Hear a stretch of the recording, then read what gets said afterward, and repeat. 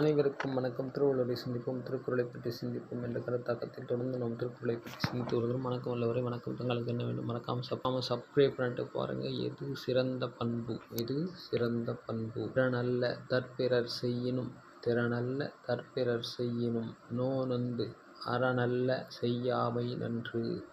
நோனொந்து அறனல்ல செய்யாமை நன்று. தகுதி அல்லாதவைகளை தனக்கு பிறர் செய்த போதிலும் அதனால் அவருக்கு வரும் துன்பத்திற்காக நொந்து அறம் அல்லாதவளை செய்திருந்தால் நல்லது. பிறர் செய்கிற இழிவான காரியங்களில் துன்புற்று வருந்தி பதிலுக்கு அதே காரியங்களை செய்து பழிவாங்காமல் இருப்பது சிறந்த பண்பு என்று சொல்லுகிறார். இது சிறந்த பண்பு என்று சொன்னால் பழிவாங்காமல் இருப்பது.